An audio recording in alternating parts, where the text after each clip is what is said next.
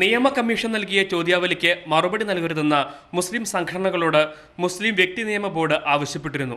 ഇത് തള്ളിയ MES മുസ്ലിം വ്യക്തി നിയമ ബോർഡ് എല്ലാ മുസ്ലിം സംഘടനകളെയും ഉൾക്കൊള്ളുന്നില്ലെന്ന് വിമർശിച്ചു. ഈ മുസ്ലിം പേഴ്സണൽ ലോ ബോർഡ് എന്ന് പറയുമ്പോൾ മുസ്ലിമുകളുടെ പ്രാതിനിധ്യ സ്വഭാവമുള്ള ഒരു സംഘടനയൊന്നുമല്ല, അതൊരു മതസംഘടനയല്ല.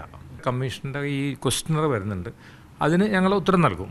ഞങ്ങൾക്ക് വ്യക്തമായ കാഴ്ചപ്പാടുണ്ട്. ഈ മുത്തലാഖ് വിഷയത്തിൽ ഒറ്റയടിക്ക് തലാഖ് വരുന്നതിന് ഞങ്ങൾ എതിരാണ്.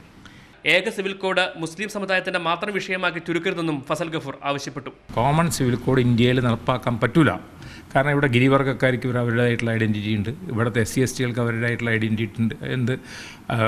ഇത് ഒരു മുസ്ലിം വിഷയമായിട്ട് മാറ്റരുത്. എന്നുവെച്ചാൽ ഇപ്പോൾ മേഘാലയയിലെ ആൾക്കാരുണ്ട്, മിസോറാമിലെ ആൾക്കാരുണ്ട്, അവരെല്ലാവരും നാഗന്മാരുണ്ട്, അവർക്ക് അവരുടേതായിട്ടുള്ള ട്രൈബൽ കസ്റ്റംസ് ഉണ്ട്. നിയമ കമ്മീഷന്റെ ചോദ്യാവലിക്ക് മറുപടി നൽകുന്നതിന് മുൻപ് വിവിധ മുസ്ലിം സംഘടനകളുമായി MES ആശയവിനിമയം നടത്തും.